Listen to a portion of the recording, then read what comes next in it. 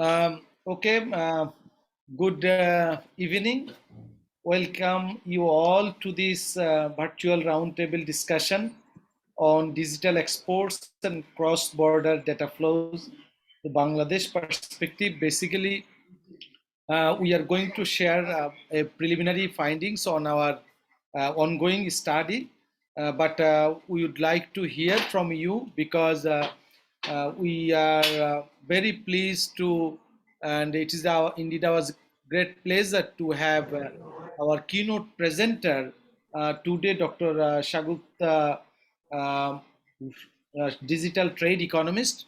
Basically, she is a PhD in economics from Indian Institute of Technology, Delhi, and have also pursued research at London School of Economics and Political Science. She has over 13 years of experience in the field of data analysis and strategy with Dunhamby, London, and Ogilvy and Mather, New York.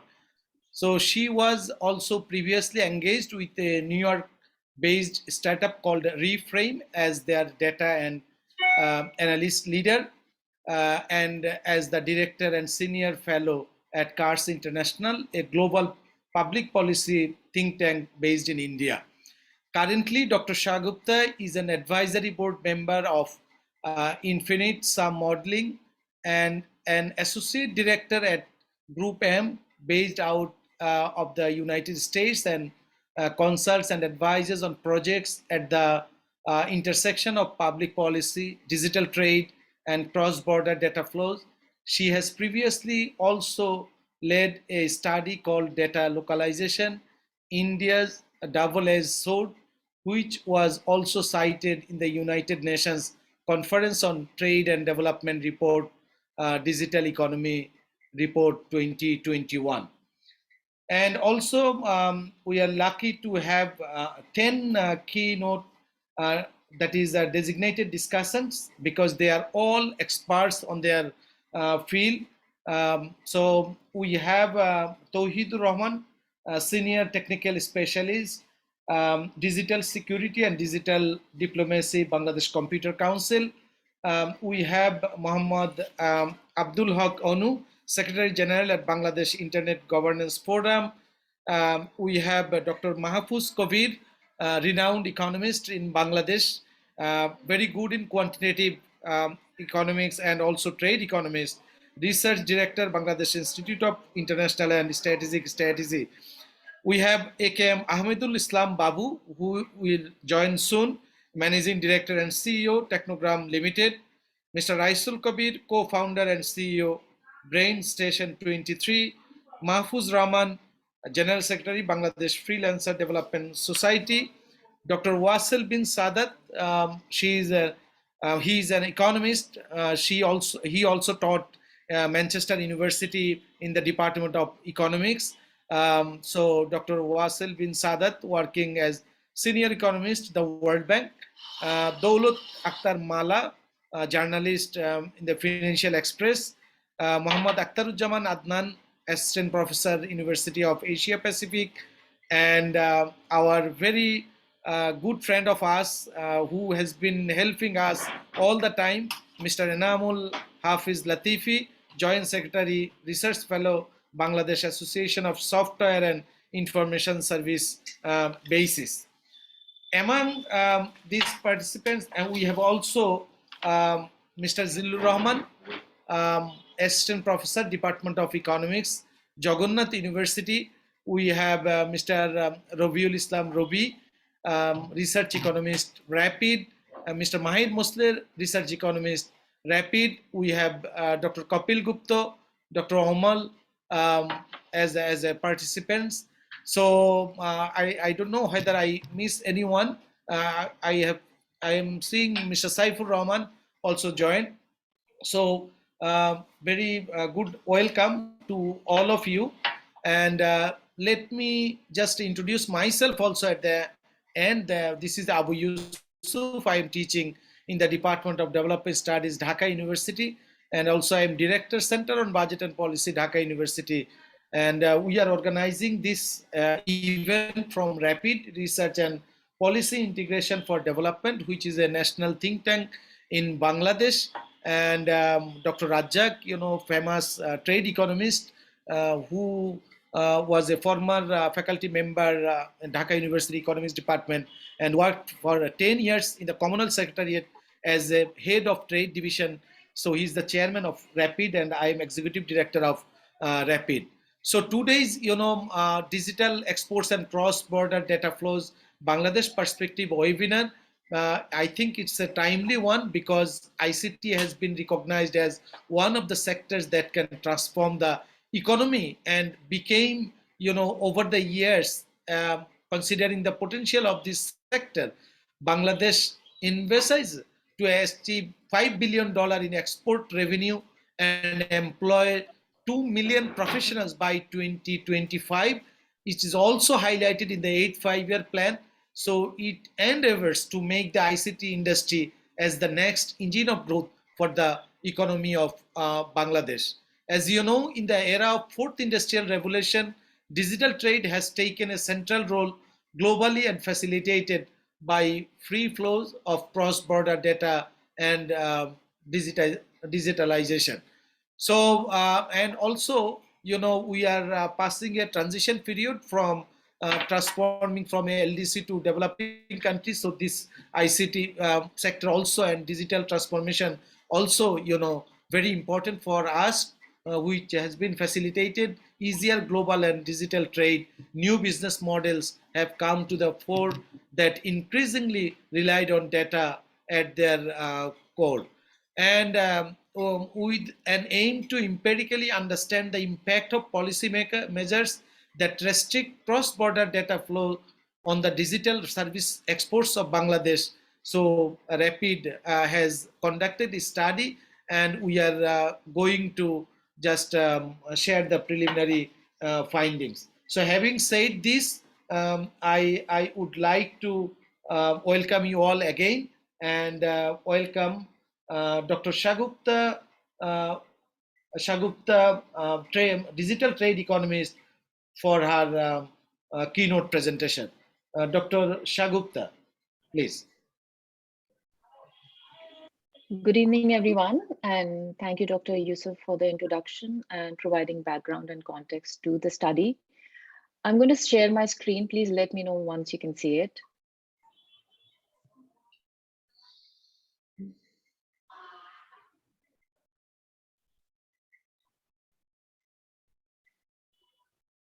Okay, is it visible? Yeah. All right, excellent. Okay. So before we dive into the findings of the study and I share a few broad outcomes of the research, I'd like to, give me 1 second, I'm not able to, yeah. I'd like to set some context around what cross-border data flows and internet have facilitated for the world today.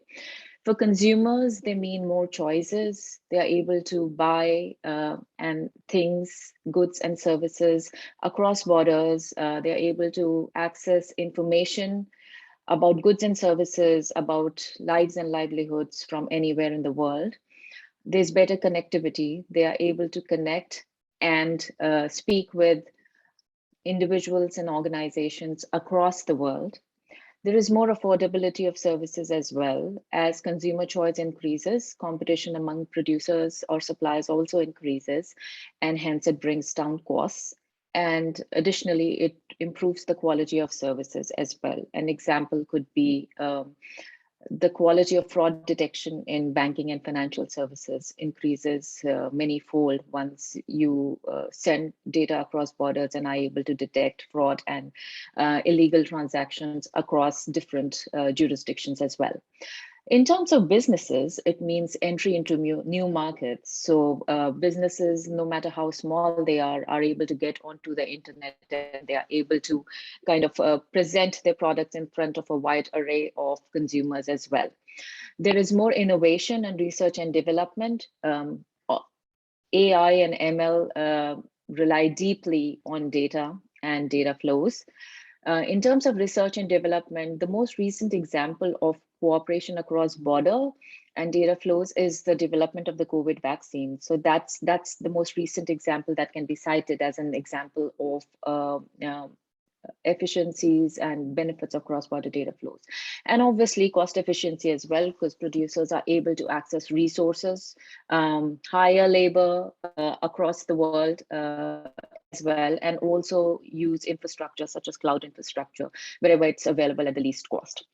Having said that, contrary to expectations, most of the value created by internet and the free flow of data has actually accrued to the traditional sector. As per a McKinsey study conducted in 2011, 75% of the value created by cross-border data flows has actually been accrued to the traditional sectors.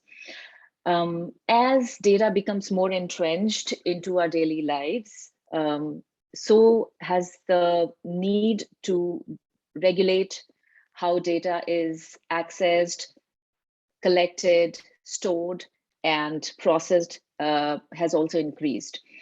The EU's GDPR has sort of been a harbinger of such regulations. Many other countries have followed suit, and Bangladesh is also currently contemplating its Personal Data Protection Act and many other provisions as well. With this context in mind, this current study that we are going to present today had the objective of understanding the importance of digital exports of Bangladesh to the economy of Bangladesh, and also to understand the impact of proposed restrictions on cross-border data flows on the digital services exports of Bangladesh. Data flows and internet are crucial for digital trade. In fact, they are the backbone, and hence the scope of the study has been defined accordingly. Before we go deeper into the analysis, it is pertinent to kind of define what digital trade means. There's a general understanding. There is no set definition so far. This field is continuously evolving. More business models are coming to the fore. More goods and services are now being digitally traded. OECD describes digital trade as something that involves digitally enabled transactions, and it could be goods or services and can be delivered physically or digitally as well. For the purposes of our econometric estimation, we've considered digital services exports as a summation of ICT services exports and IT-enabled services exports. And some examples of ICT services exports could be software publishing, computer services, etc. And IT-enabled services are business process outsourcing, call center services, so on and so forth. Talking about restrictions on data flows, data restriction measures can either block the transfer of data across borders or mandate or place conditions on the flows of data and its storage and processing. There have been three broad categories of countries or three broad data flow models that have been identified. One is a model that places the least amount of restrictions on the flow of data. An example could be a country like Australia. The other end of the spectrum is countries like China and Russia that either have rules that prevent the flow of data outside the country, or they mandate the storage or processing of data within the boundaries, the national boundaries. Most of the countries fall into the conditional flow regime, wherein they allow the transfer of data after certain conditions are met.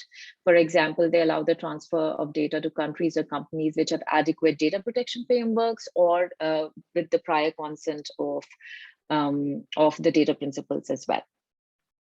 Having understood what data restrictions mean, in terms of Bangladesh, in addition to the Companies Act and provisions within in terms of licensing and billing in the telecommunications sector, as well as in the health sector, the more recent example of restrictions on cross-border data flows or data localization is the ride-sharing services guidelines of 2017. The guidelines mandate app-based transportation service providers to maintain data servers in Bangladesh, and they also prevent them from sharing this information across borders as well. There are more proposed regulations in this context. One is the draft Personal Data Protection Act. Under Section 43 of the Act, there are two alternatives proposed. One is powers are given to the central government to notify places where transfer of personal data will be allowed, and it provides that such power be rested with the minister. The other provision is, or the alternative proposed in the draft PDPA is, one serving copy of the personal data must be stored in Bangladesh, and then there are also powers given to the central government to notify various categories of data that can be categorized within personal data, critical data, and sensitive personal data as well, and also to identify or permit transfer of data to certain jurisdictions under standard contractual clauses. The draft Cloud Computing Policy 2021 also mandates that the cloud-based service providers store data within Bangladesh, and it also prevents them from sending that data across borders, especially if it is personal data. Such data can only be transferred across borders if Bangladesh has multilateral or bilateral relations with those countries.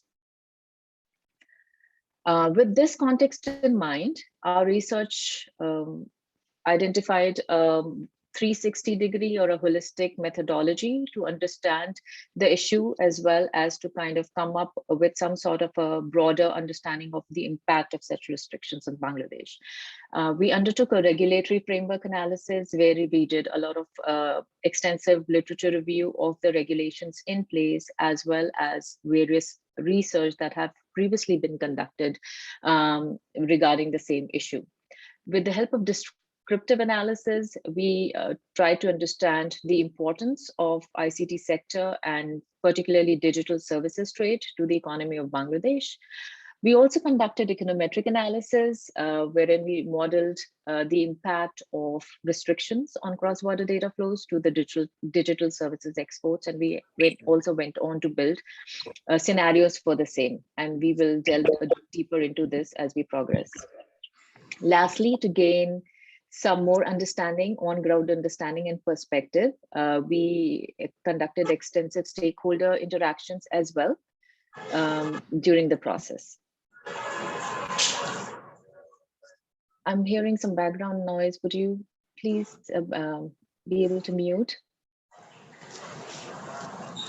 Thank you. So to understand the importance of exports, digital services exports in particular, to the economy of Bangladesh, we conducted descriptive analysis, a lot of data and literature review as well. We looked at a few macroeconomic indicators such as the GDP, FDI, as well as the employment within the sector.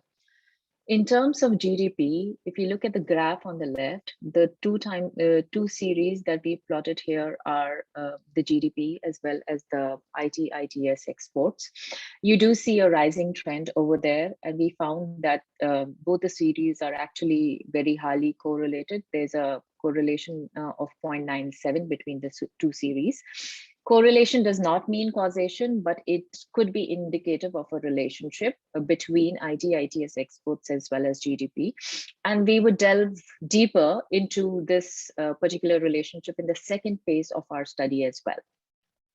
ITS sector has actually grown at about 40% since the launch of the Digital Bangladesh Vision, as per UNCTAD's E-Trade Readiness Report. Within that, the ITS exports have actually, services exports have actually grown at about 15% from 2005 to 19, and they currently stand at 1.6 billion. You would be surprised to know that ITS services exports are actually 1/4 of Bangladesh's services export. So that's a considerable amount. And also this particular sector is purported to be the next engine of growth for Bangladesh, wherein it's expected that the digital services exports would reach a value of 5 billion by 2025 and would employ about 2 million professionals as well. The second indicator, macroeconomic indicator we looked at was net FDI inflow as well as FDI stock in Bangladesh. It's well established in development literature that FDI is related to growth. It brings in transfer, it brings in jobs, employment, as well as growth in GDP eventually. The IT/ITES sector actually accounts for greater than 30% of the net FDI inflows to Bangladesh, and about a quarter of the total FDI stock in Bangladesh is within the IT/ITES sector. This speaks to the importance of the sector, not just for employment, but also for the overall growth and technology and innovation for Bangladesh as well. Lastly, we also looked at employment within the IT/ITES sector. The employment in the sector has shown a healthy growth of actually quite a good growth of 22.3% between 2013 and 18. This was the most recent statistic that we could access. It employs, by conservative estimates, it employs about 127,000 people. And like I said, the 127,000 is actually a conservative estimate. As per basis, that number is more like 400,000 people, and about 15 to 20% of those employed in this sector are women. There's also a very large freelancer community in Bangladesh that take independent international projects. And some numbers state that figure as 650,000. Another statistic that that speaks to the potential of Bangladesh's IT and digital services exports is the fact that Bangladesh is the second largest supplier of global online labor next to India. For Bangladesh, it's 15%. So Bangladesh supplies around 15% of global online labor, while the same for India is 33%. So far we've seen the importance of the IT sector and digital services exposed to the economy of Bangladesh, both in terms of GDP, in terms of FDI, as well as in terms of the employment that it provides, and also its potential for the same. Going into the econometric methodology and findings of the study, the first task at hand for us to be able to do that was to actually come up with a measure of that would quantify data policies. And for that, we relied on the data policy ranking that was developed by Ferrokane and Merrill. Ferrokane and Merrill are also the authors of Digital Trade Restrictiveness Index and also Digital Trade Estimates database. This is more of an updated version of the DTRI, the Digital Trade Restrictiveness Index. The citation of the paper has been presented in the slide. This work, a more updated version of this work, has also been now published in a World Bank working paper as well. This particular index measures restrictions on cross-border data flows as well as domestic regulatory measures for the same as well. And provides equal weight to those measures and ranks countries based on their score within that index. Unfortunately, the original version of this index, which actually ranked about 64 countries, did not have Bangladesh mapped out. So we worked with the authors to map out the policy scenario in Bangladesh and rank Bangladesh within the original ranking. If you see the green dot here on this graph, that's Bangladesh ranked at 52. At the extreme right, you would see Russia and China. They have a very high data policy index, which means that they are highly restrictive. They have a rank of 1 and 2. On the other end of the spectrum, on the top left, you would see Ecuador, which means that it probably is the least restrictive country among the 65 that have been mapped on this graph. As we go through the results of the study, we've also kind of tried to build 2 what-if scenarios, wherein we try to understand what would happen if Bangladesh pursues data policy restrictions similar to India, which is ranked at 19, and what would happen to digital services exports if Bangladesh pursues policies similar to Vietnam as well. And we'll dig a little deeper into the findings as we go along. A little bit more detail on the methodology that we adopted. So like I said earlier, we modeled data policy restrictions on digital services exports to see the impact of those restrictions on the exports. And the output of that model was fed into a scenario actually too broad and three sub-scenarios for each of those, wherein we try to understand what would happen if Bangladesh adopts regulations similar to India, that is, its rank moves from 52 to 19, and what would happen if it adopts regulations similar to Vietnam, which would mean its rank moves from 52 to 9.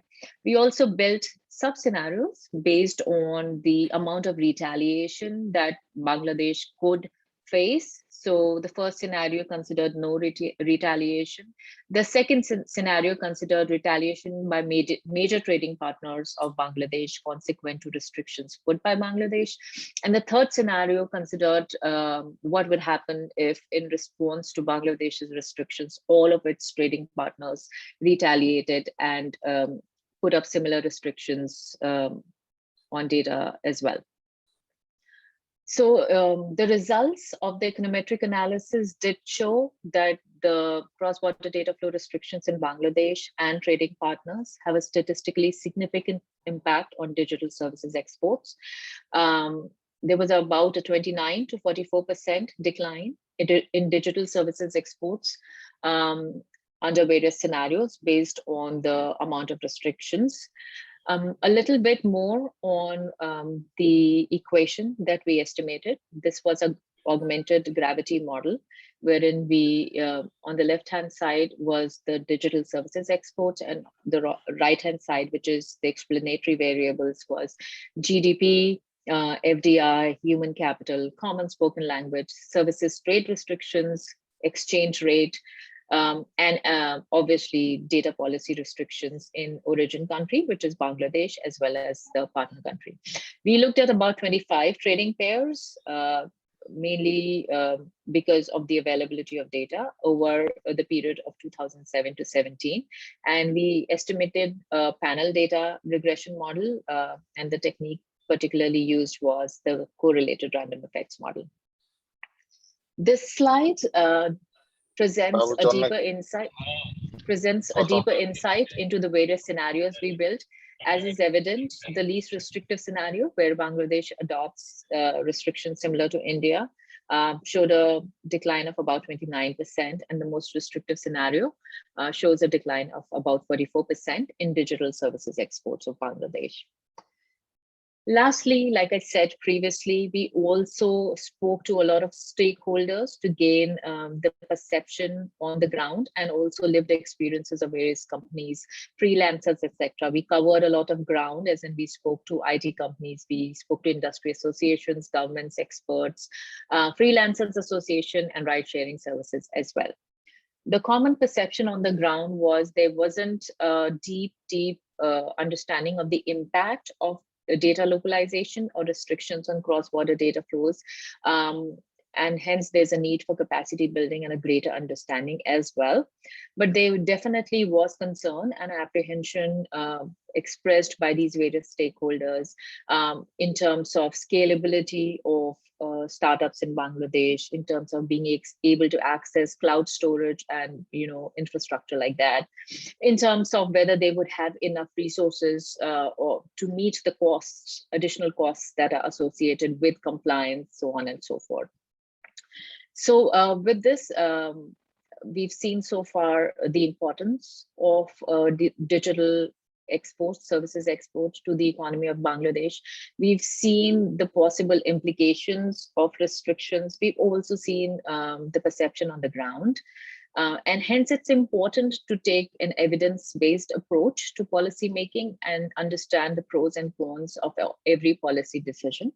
I would like to end with a quote from one of the stakeholders that aptly summarizes the need of the hour in terms of regulating data. Greater exploration of the impacts of data localization and sharing the broad-based costs and lost opportunities is important as society contemplates new rules for the digital economy. With this, I'd like to thank you all for your time today. I am happy to take any inputs and also to answer any questions at the end.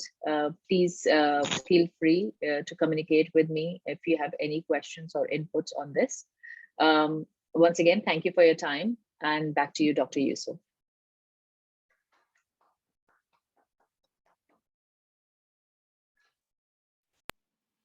Thank you very much, Dr. Shagupta, for your very comprehensive and wonderful presentation. So let uh, hear from our designated discussants, and also we have more participants. I think when you will talk, please introduce yourself again so that the other participants would be able to know you. Okay, let's start with Dr. Wasil bin Sadat. He's an Just left. He has just left for an family emergency. okay. So, who would like to speak first? Any preference or any, uh, or I can invite. Uh, is that Mr. Raisul Kabir, co-founder and CEO, Brain Station 23? Mr. Raisul Kabir? Yes. Sure, sure. Yeah. So So, we'd like to hear from you first. Thank you uh, so much for your participation. And also, again, if you say a few words about you and then start your remarks. Thank you. sure. So, I was thinking that maybe there would be some specific question that I would be answering, or is it like about the total context that I would be sharing? So, Shagupta, is there any specific question that we would like to hear from them or just on your presentation? Well, I think that it would be great to have a general perspective and Right. also, kind of your experience around the issues, Mm. particularly, in terms of facing such regulations from other countries, as well as, the prospects in terms of Bangladesh, you know, as well would be Sure, appreciated. sure, sure. So, as Dr. Yusuf has shared that need to share a little bit about myself. I'm Raisul Kubir, CEO and founder of Brain Station 23. We are a software development company working with local and international client, mostly international client. So this data protection has been impacting us to a great extent actually.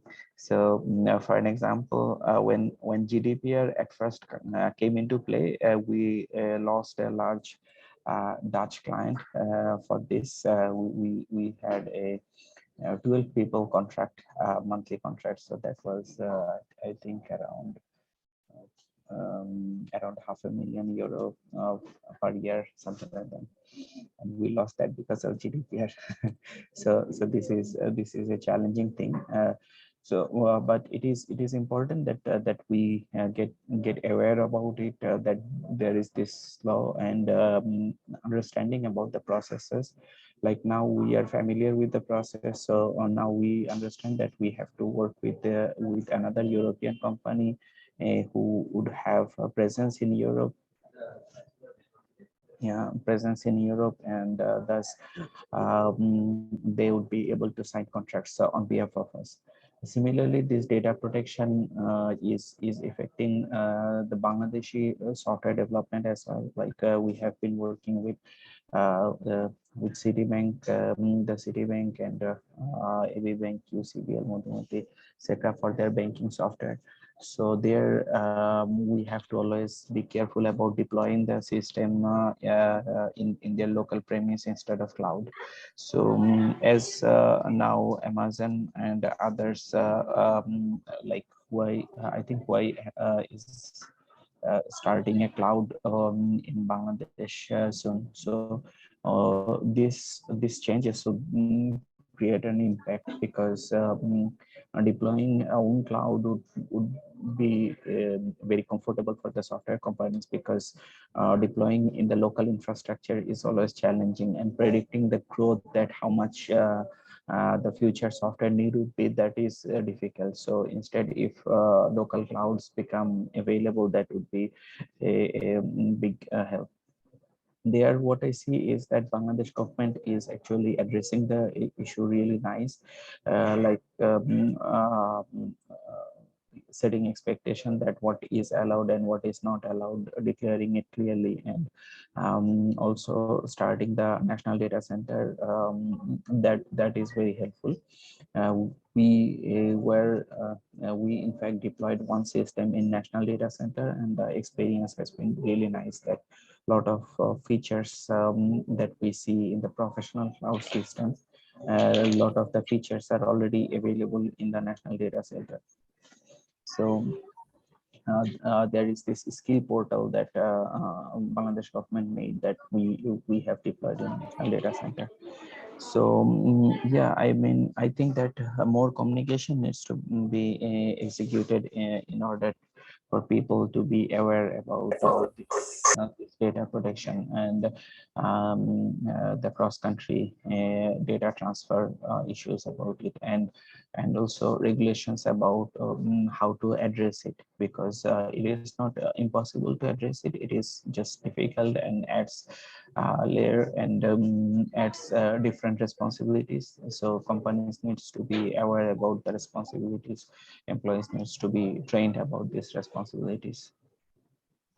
Mr. Kabir, I have a follow-up question for you in terms of cloud infrastructure in Bangladesh. Yeah. Would you say that Bangladesh would be able to scale up the cloud infrastructure rapidly in case there is these regulations in place?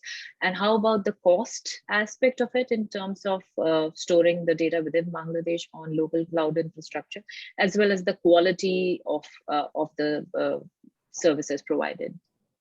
I think that it. I mean, in my opinion, it is possible because currently what is happening is, suppose a lot of banks and other other individual enterprises, they are storing the data in their local server.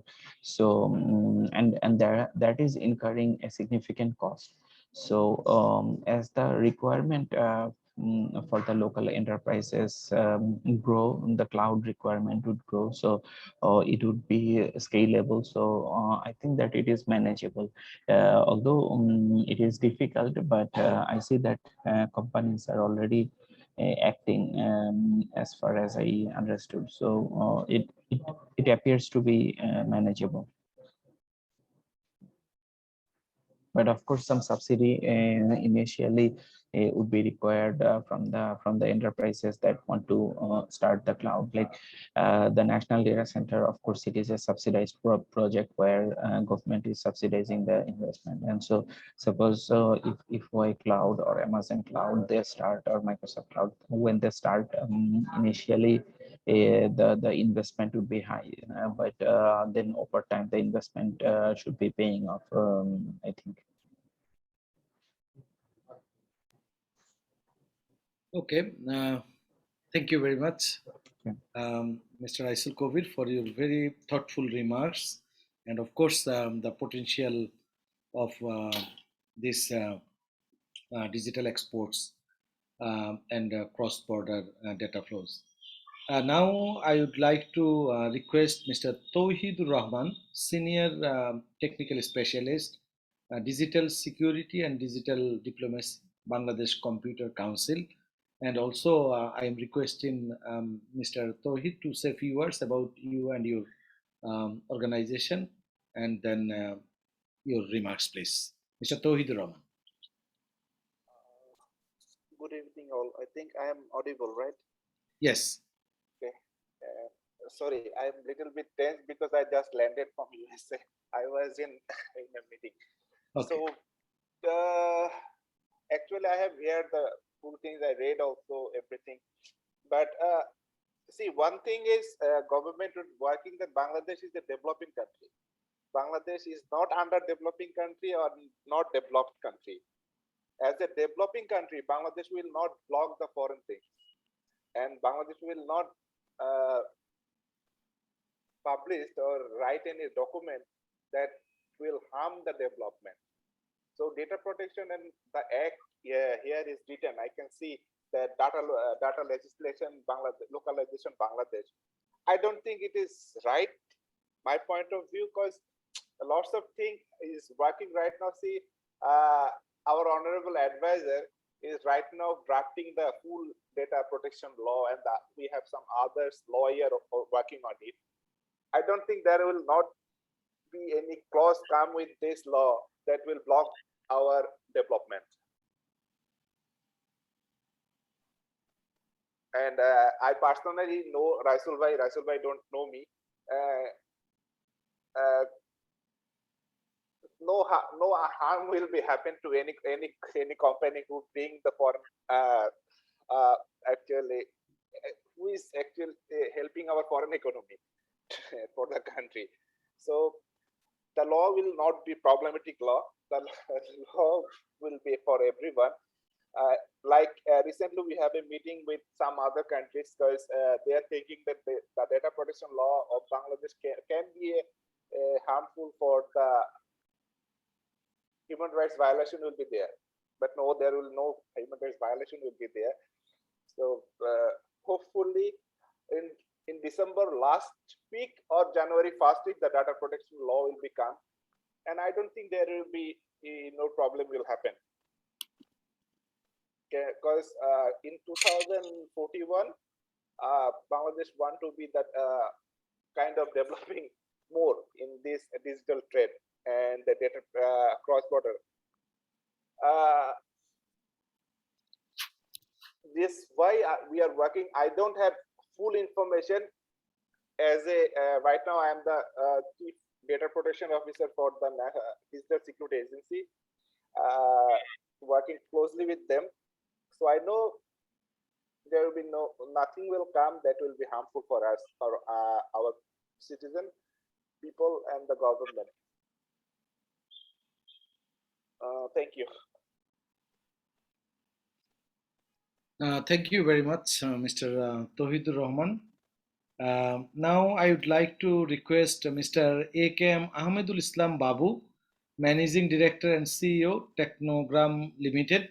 Babu is a very good friend of us, and I spent, I think, couple of hours with him discussing on these issues. I found him a very knowledgeable and have vast experiences on these issues.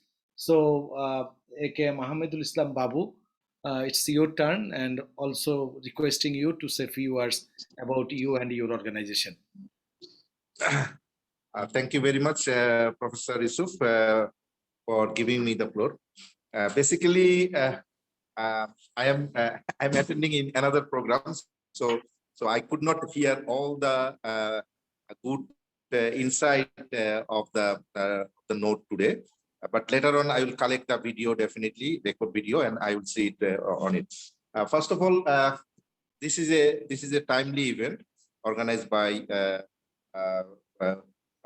this group of people, and I myself, Ahmedul Islam, the Managing Director and CEO of Technogram Limited. I started this new company in 2015. Before that, I worked for BJIT Limited as a CEO for 10 years, which is the largest foreign earners for the Bangladesh market from Japan and Europe. And also, I worked for 5 years for Abdul Monem Limited, Service Indian. They are also having the gold medalist for wage earner, foreign earners in this sector. And then I started this joint venture company with the Japan. So what actually my experience? So this is a huge market, potential market for Bangladesh to the foreign earnings. So foreign earnings, we are collecting the money by giving the services. But what I am recently looking, I got a huge client from Japan. They are asking me, what about the protection law in Bangladesh? How do you ensure my data protection inside your country? And when I work for the bank like a global bank like JP Morgan, they said customer is afraid of to giving the task to the Bangladesh market.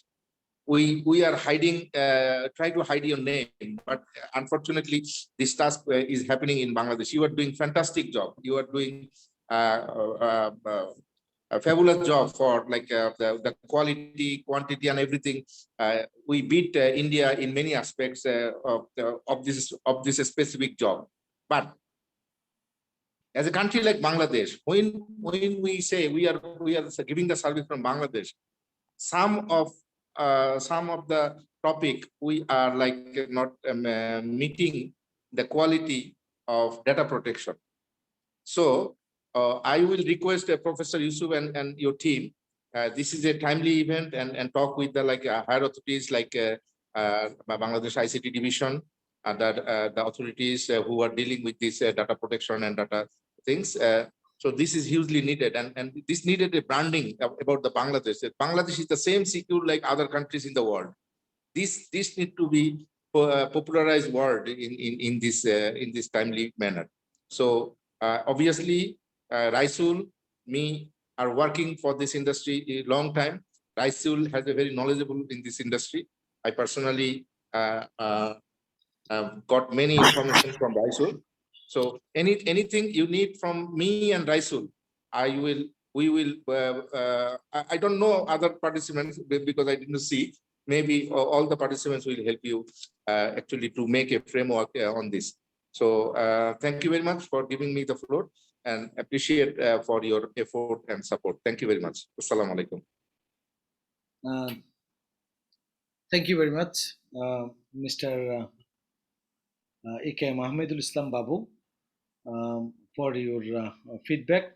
Now, we would like to request Mr. Mahfuz Rahman, General Secretary, Bangladesh Freelancer Development Society. Mr. Mahfuz Rahman.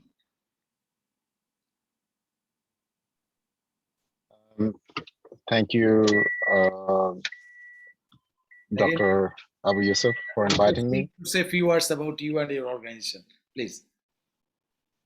Sure. Can you hear me okay? Yes. Am I audible? Okay.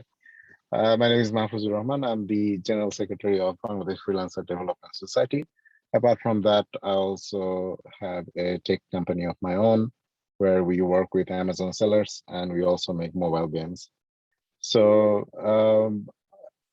again, it's a privilege to being invited among so many leaders in our Bangladeshi IT industry. I feel really privileged to be part of this. And it was an amazing presentation by Shagufta Gupta. And I think everything that needed to be said has been covered by both Rashul Bhai and other speakers before. And I think it's heading towards a direction where it would only be a good thing for us as a country, because as Babu Bhai said, that a lot of our clients are still a little bit hesitant about giving us some type of works that relates to sensitive data or personally identifiable data. So I think once we have a strong data protection law and data protection framework in our country, nobody is going to ask any question if they should choose Bangladesh as a country, or hire Bangladeshi freelancers, or hire Bangladeshi agencies of sensitive projects. So the only concern that I have, and this may not be related to what we are discussing today, is we still have a very small footprint in comparison to the global tech industry. If you simply count the amount of money that we earn. So the last thing we want to do is to have a restrictive policy that would make our potential clients and our foreign investor to look away from us, seeing that we have such a restrictive policy. If anything, we need to be more liberal. We need to be more welcoming. Down the line, inshallah, when we go to a place where we have a lot larger footprint in the whole global IT industry, we can be more restrictive. We can be more choosy about what we do with our inwards and our outwards data flow.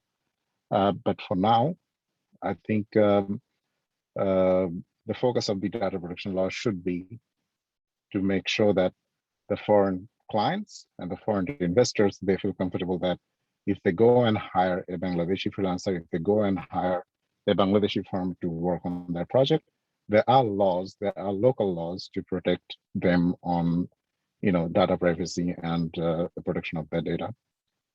I think, yeah, that's all from my side. Once again, thank you very much for inviting me and wish you all the best.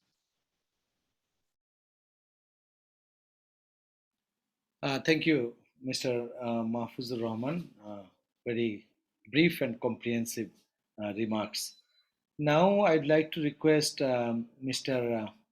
Akhtaruzzaman Adnan, Assistant Professor, University of Asia Pacific. Mr. Akhtaruzzaman Adnan, please. Thank you, sir. Hello, everyone. Thank you for the nice speech by Mrs. Shagufta Gupta. It was very enlightening. I want to highlight from perspective of academia, two concerns. Like, as we say that our digital vision has featured 4 pillars, right? And one of them is human resource. But I think somehow we lack in this sector. Like when we are preparing our students for this area, we have a great gap. We need to better understand how academia and industry could work together and what are the needs. So for example, if you look at just the global gaming market, which was valued around $173 billion last year, and which is expected to be valued around $300 billion by 2026. Do we have the proper amount of people who can enter this market? This one concern. And the other one is these buzzwords like digital exports, cross-border data flows. As a teacher, I know when I talk to my students, they have very less knowledge about this, but we all are dealing with them, and we are planning huge things, right? We are discussing here in a round table. But if you ask the main people who will be working there, I mean the graduates, CSE graduates primarily, they don't have any idea about these buzzwords. So I think there should be an initiative where our industry could act with or could cooperate with the academia in such a way so that people who will be eventually working here, they have this knowledge and they have this awareness, and eventually we can make a better world of digitalization. These are my 2 cents. Thank you so much. Thank you, Mr. Akhtaruzzaman Adnan, for your feedback. Now, I'd like to request Mr. Enamul Hafiz Latifi, as I mentioned at the outset, that he has been very instrumental in providing support with cordially and for completion of the study, and also he has a keen interest on research. So I would like to request Mr. Enamul Hafiz Latifi, Joint Secretary, BASIS, for his remarks, and also please introduce yourself and also your current activities in BASIS. Mr. Enamul Hafiz Latifi. Right. Thank you so much, Professor M Abu Eusuf, for your brief introduction about me and also BASIS. BASIS is also actually working with the entire IT/ITES ecosystem in Bangladesh, which means actually they were trying to improve the business condition and environment and also the trade situation of Bangladesh IT/ITES industry in a nutshell. However, to be stick with the today's topic, 2 concerns had been so far shared, which has caught my eyes actually. One thing is the readiness of data localization of Bangladesh. How can actually we proceed? And is there the capability of Bangladesh to address from the perspective of infrastructure and the investment required? If we look at the economic strength of Bangladesh, we know it very well. Bangladesh is a $409 billion economy right now, and with the 2,554 GDP per capita right now at this moment. Having said that, we know that Bangladesh has recently has implemented a Tier 4 national data center in Gazipur, Kaliakor, which is the sixth largest across the world, and it is the first uptime certified Tier 4 data center in entire South Asia. So, we call it the National Data Center. It is the initiative of Bangladesh government. So the investment, the political commitment, the infrastructure, all relevant things which were primarily needed are actually there.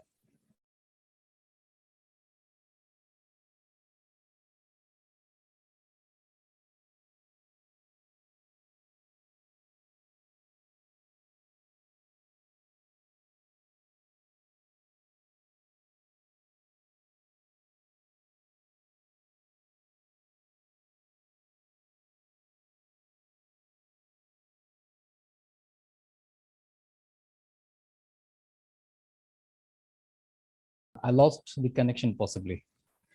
So am I audible right now again? Yes, yes, please. So what I tried to tap then actually from BITM, the Basis Training Institute, we from inception since 2012, we trained more than 50,000 freshers and graduates and also mid-level ICT staffs who wanted to pursue new skills and equip them with the new skills. So so that was actually quite successful over here. And to suggest you over here and to give you some examples actually that and to answer the question what actually comes in our mind, whether always the restrictions actually hamper the trade and FDIs. Always does it do actually always? But the thing is, if we look at the trade regimes and trade relationships between European Union and ASEAN countries, we would see that when European countries try and also ASEAN countries try to have some FTAs and PTO arrangements among themselves, some European Union standards and compliance issues were kind of enforced to the ASEAN countries, which they were not primarily very much comfortable to comply with. But what happened next when the FTA got signed between EU and ASEAN? There were short-term decline in FDI and trade, but in the mid-term and the long-term, when the capabilities of the ASEAN countries grew, the ASEAN countries trade scenario and the exports, imports, and the FDIs with EU actually surpassed any past records. So it means that at the midterm and long term, some kind of restrictions which actually are complied and which actually are pursued in accordance with the international standards are actually beneficial for the countries. So when we are looking at the data localization or stringent data protection laws, if Bangladesh tries to implement, it will have to look at the international standards. And I think from the industry perspective, it will not actually go beyond anything that is not exercised internationally. So in the midterm and long term, I think Bangladesh will be outperforming any other peer countries. Thank you so much. Thank you. Thank you, Mr. Enamul Hafiz Latifi, for your very comprehensive remarks. I think we all are benefited from your remarks. Now, I would like to request Ms. Doulut Akhtar Mala, journalist, the Financial Express, for her remarks. She has been working for long, I think, with the Financial Express and covered many features on economics and development issues. So we'd like to hear from you. Yeah, please. Thank you so much. I'm sorry, আমি meeting থেকে কয়েকবার বের হয়ে গেছে. Oh, can I speak in Bengali or English? Is it? Yeah, you can, please. Yeah, whatever you feel comfortable. Okay, thank you so much. Actually, আমরা যেহেতু financial journalism করি, তো ডেটা নিয়ে আমরাও কাজ করি. সো ডেটার ক্ষেত্রে যেটা মেইন প্রবলেম বাংলাদেশে যেটা মনে হয় যে lack of availability of data এবং credibility. একটা ডেটার সাথে আরেকটা ডেটার মিসম্যাচ এবং একটা উইং এর সাথে আরেকটা উইং এর ডেটা মিল হয় না, এক একটা উইং এক এক রকম ডেটা দেয়। সো এইটা একটা বিষয় যে ল্যাক অফ কোঅর্ডিনেশন একটা গভর্নমেন্টের ডিপার্টমেন্টের সাথে প্রাইভেট সেক্টরের সাথে গভর্নমেন্টের ডিপার্টমেন্টের। ইভেন আমি রিপোর্টিং এর সময় যখন গিয়ে বিভিন্ন জায়গায় জিজ্ঞেস করি যে আপনাদের এটা ইচ্ছে হয় না জানতে যে আসলে এটা কতটুকু, এটার গ্রোথ কতটুকু, যেমন লাইক আমি ট্যাক্স নিয়ে নিউজ করি যে নাম্বার অফ কতজন জিরো ট্যাক্স রিটার্ন দেয়, how many taxpayers are submitting zero tax returns, এটা কি জানতে ইচ্ছে করে না? হ্যাঁ, সো এই ধরনের ডাটা অ্যাভেলেবিলিটিটা কম আছে। আর যেটা আজকের যেটা টপিক যে এক্সপোর্ট ডাটা এবং যে আমাদের ক্রস বর্ডার ট্রেড ডাটা, আমি একটু পার্সোনাল কথাতেই চলে যাচ্ছি। জাকার্তাতে একটা ট্রেনিং এ ছিলাম, তখন অন্যান্য দেশের পার্টিসিপেন্টরাও ছিল, জার্নালিস্টরা।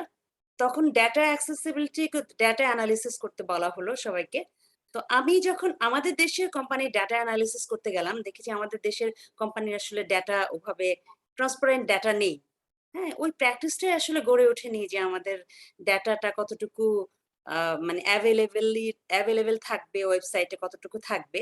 সো এই প্র্যাকটিস এবং কালচারটা যেমন প্রাইভেট সেক্টরে ডেভেলপ করতে হবে, তেমন গভর্নমেন্ট সেক্টরে ডেভেলপ করতে হবে। আরেকটা বিষয় যেটা হচ্ছে ক্রস বর্ডার ট্রেডের ক্ষেত্রে, যেটা আমি ই কমার্স নিয়ে একটু কাজ করার চেষ্টা করেছিলাম, যে e commerce, cross border e commerce তো এখন বেশ আমাদের দেশে পপুলারিটি পেয়েছে এবং কোভিড এর সময় বেশ বুস্ট করেছে। তো ক্রস বর্ডার ই কমার্সের ক্ষেত্রে আসলে গ্রোথ কতটুকু, তো ই কমার্স অ্যাসোসিয়েশনের তথ্য অনুযায়ী দেখা গেছে যে 75% গ্রোথের পোটেনশিয়ালিটি আছে ই কমার্সে। মিনিস্ট্রি অফ কমার্সের সাথে একটু কথা বললাম এবং ডাব্লিউটিওর একটা সেশন হয়েছিল লাস্ট ইয়ারে। আমি দেখেছি যে চায়নাতে একটা কনফারেন্স হয়েছিল ক্রস বর্ডার ই কমার্স নিয়ে। তো এইসব ক্ষেত্রে যদি আমাদের দেশে একটু ফোকাস করা হয়, দেন এক্সপোর্ট ডাইভার্সিফিকেশন, যেটা নিয়ে অনেক বেশি কনসার্ন ইকোনমিস্টরা, গভর্নমেন্ট এবং প্রাইভেট সেক্টর সবাই, এই জিনিসটা হতে পারে আসলে। তো আমি আসলে যেহেতু বারবার বের হয়ে গিয়েছিলাম, আমি অনেক কিছু মিস করেছি, অনেক ইম্পর্টেন্ট পয়েন্ট মিস করেছি, আমি হয়তো সেগুলো দেখে নেব। কিন্তু আমার কাছে যেটা মনে হয় যে আমাদের এই ট্রেড ওপেননেস এর ক্ষেত্রে একটু কনজারভেটিভনেস আছে। যেমন আমরা এখন পর্যন্ত আমাদের একটাও এফটিএ নাই, পিটিএ আমরা সাইন করেছি রিসেন্টলি ভুটানের সাথে। হ্যাঁ, তো আমাদের এই ট্রেড কনজারভেটিভনেস থেকে বের হয়ে আসতে হবে। যেমন আমাদের মালয়েশিয়ার সাথে একটা এফটিএ সাইন হওয়ার কথা ছিল, তখন আমি দেখলাম যে আমাদের ট্যাক্স অথরিটি, কাস্টমস অথরিটি থেকে বলা হলো যে আমাদের ট্যাক্স অনেক লস হয়ে যাবে। সো এই ছোট বলে যে মানে মাইনর ইস্যুকে প্রায়োরিটি দিতে গিয়ে মেজর ইস্যু, আমরা এই রিজিওনাল অ্যাক্সেসিবিলিটি এগুলো মিস করছি। সো ওই দিকটা আসলে আমাদের একটু খেয়াল রাখা দরকার। এবং এখন যেহেতু আমরা এলডিসি গ্রাজুয়েশনের দিকে যাচ্ছি, এফটিএ, পিটিএ, সেপা এগুলো ছাড়া আসলে আমাদের আর কোনো উপায় নাই। ধন্যবাদ। Thank you very much, Ms. Daulat Akhtar Mala. And now, before handing it over to Dr. Mahfuz Kovir, I have seen more participants here other than discussions. Is there anyone who would like to say a few words? No? Then I would like to request Dr. Mahfuz Kovir, as I mentioned, that he is a pretty senior economist now, research director, Bangladesh Institute of International and Strategic Studies.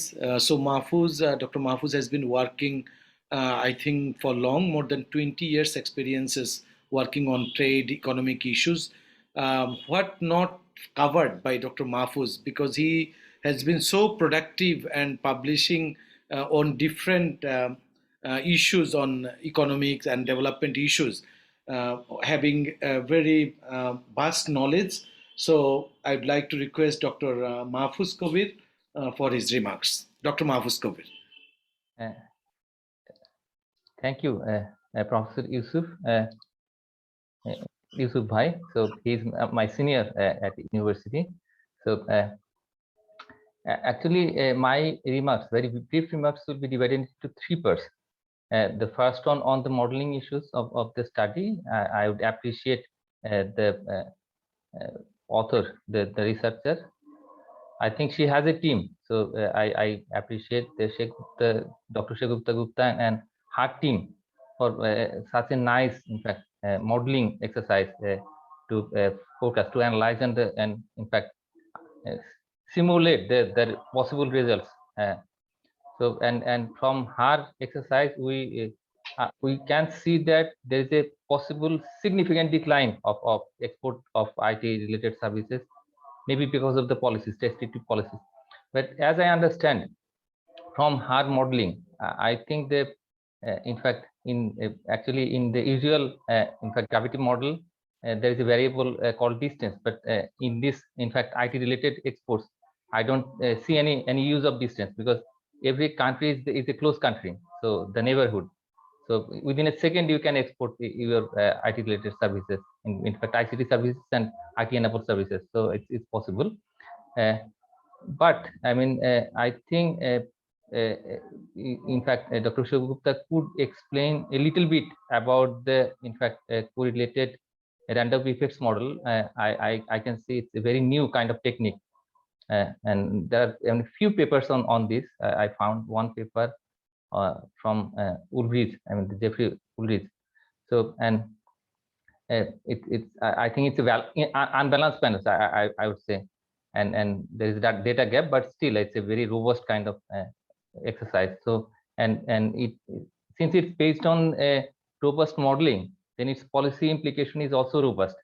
So and we have to take into account the in fact caveat of in fact declining export because of the policy. So and in every policy, I think all the policymakers across the world, they think about facilitating a sector. So while in fact introducing a policy, if that sector is prospective, so if it has a prospect, and as we see from the background of the in fact the policy environment of Bangladesh, and as I think since 2009, I think the present government's motto is Digital Bangladesh, and it has become a slogan. And I think, in fact, 160 plus million people of the country knows at least Digital Bangladesh. So it's so prolific in Bangladesh. So every corner, and they are also understanding the benefit of Digital Bangladesh, and it has become a slogan. And now we have to move forward. So there are industries, there are people.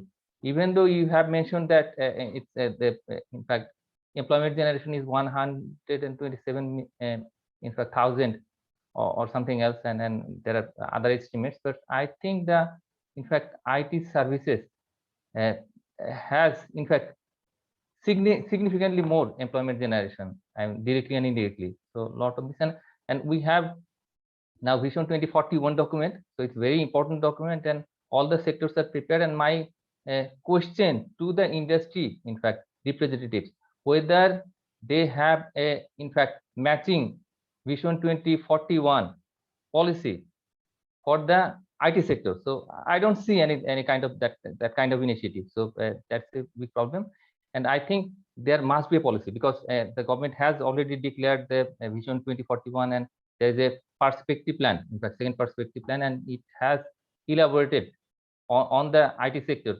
And also in the in fact 8 5-year plan, there are a lot of elaborations and government's plan, but government is not, is just what we can see. The government is inviting in fact foreign investment, and as you have already mentioned that IT sector has a good in fact footprint in the FDI, neat FDI, and it will be, and in fact a prominent sector in terms of in fact foreign investment, and we welcome the investment. But welcoming through the policies is not enough. So you have to have an effective policy, and definitely we need in fact secure in fact data exchange and data export, but in fact IT related exports. But we have to ensure security as per the standards and compliance of the international of the in fact for example European Union or any other country who wants to import our services, in fact IT related exports. So and we have to secure, but we at the same time we have to in fact facilitate the sector so that export doesn't decrease. Now, what is the number one company in IT related exports, services export?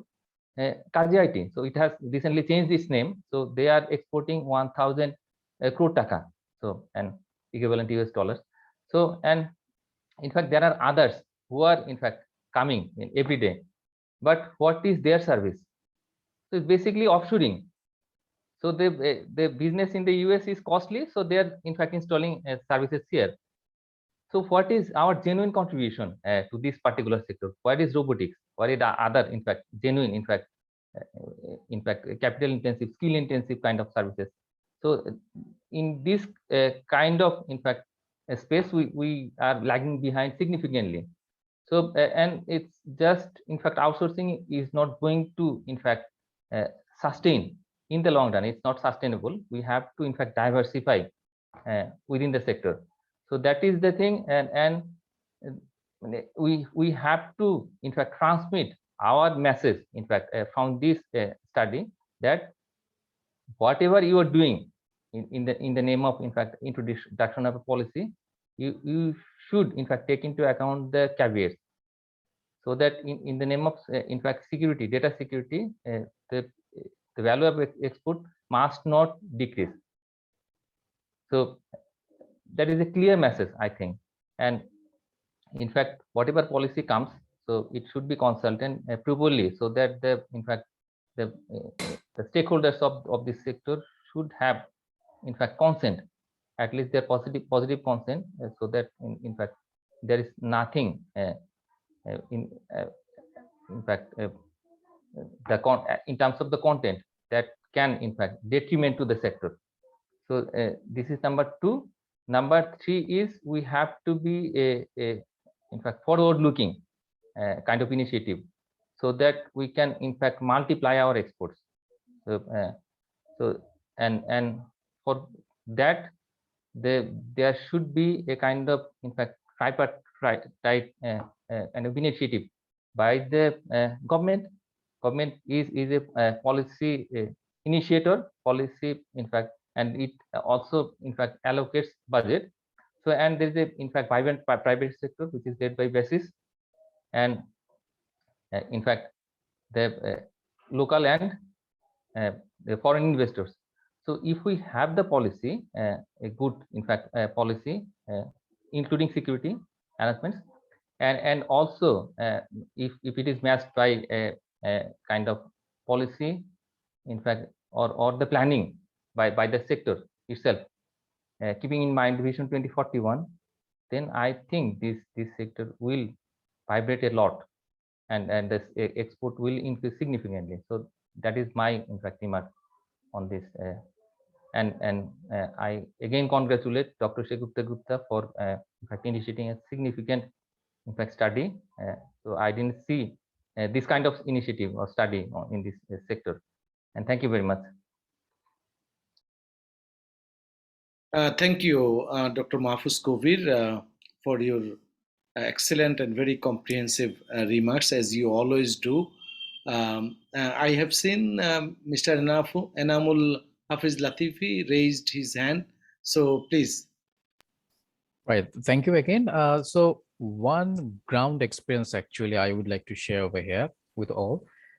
When we meet or when we attend any B2B from our company side or from the association side, when we sit with any other counterpart associations from any other countries, their primary and first query that they would like to make to us actually about the data privacy, data protection, and the data localization.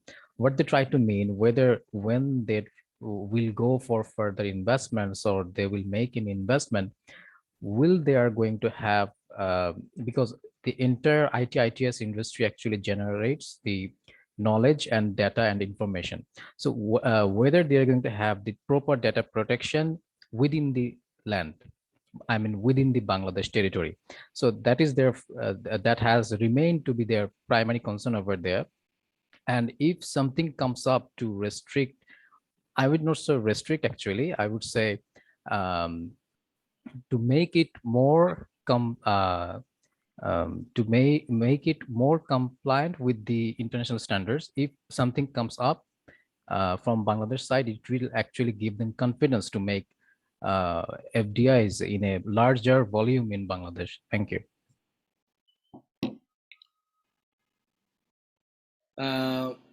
Thank you very much, Mr. Hafiz Latifi, for adding your some points. So before handing it over to Mr. Jillur for summary points, I'd like to invite our keynote presenter, Dr. Shagufta Gupta, if you have any additional points you'd like to highlight at this stage. Dr. Shagupta, please.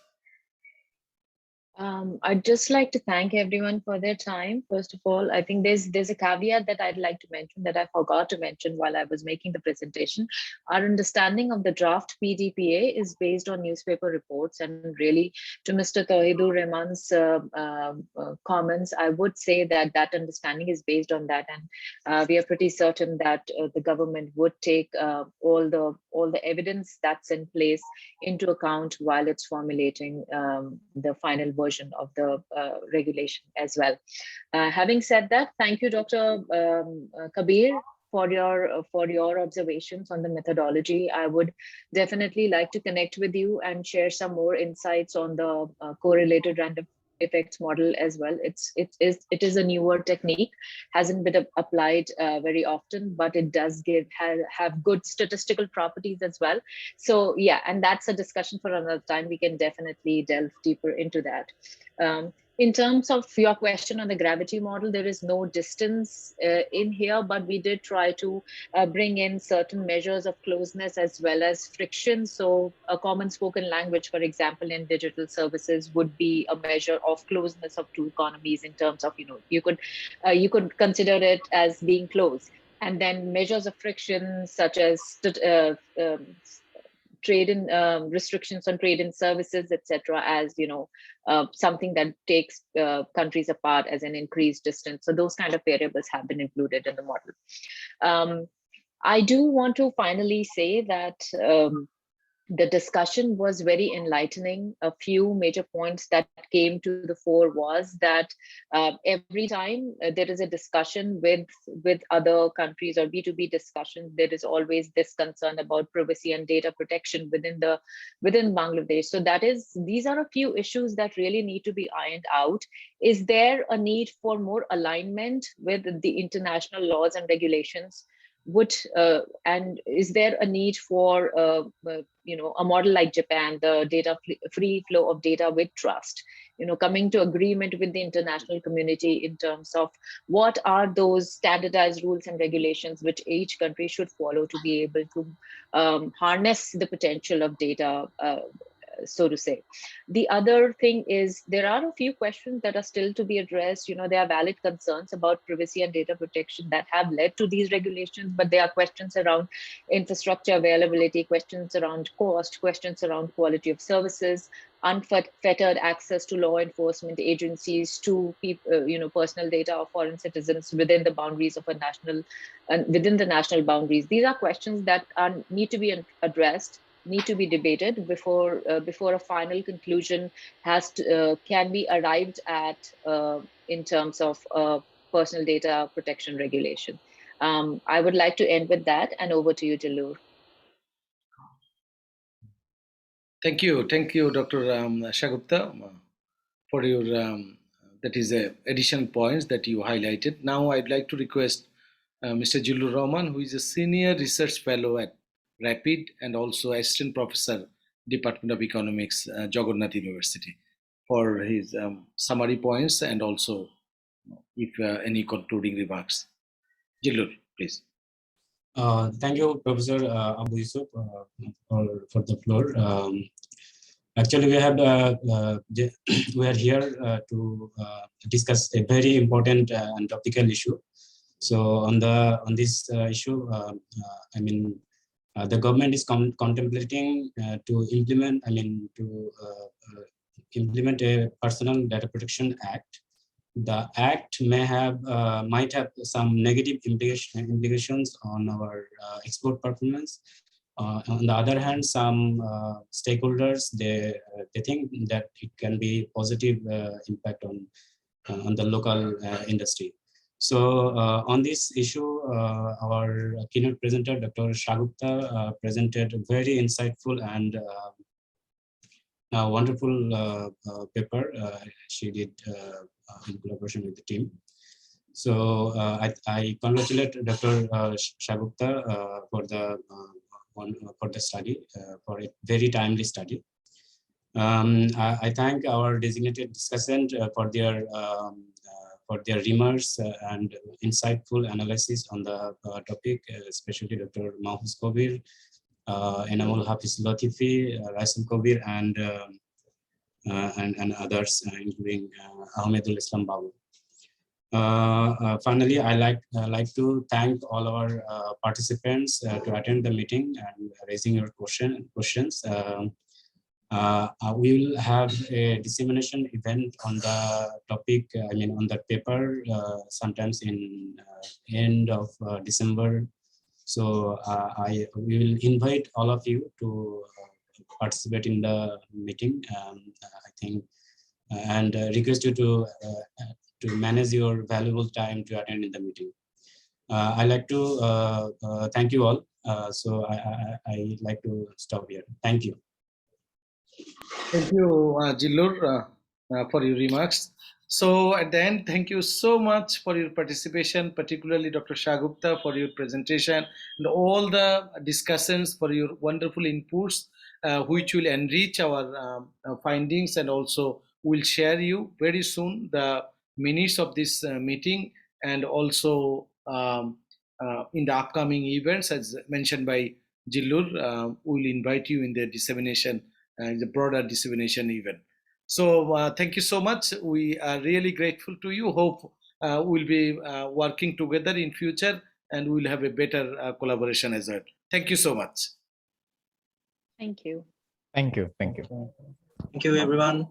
Thank you, Rasul Bhai. Thank you, Tohid Bhai.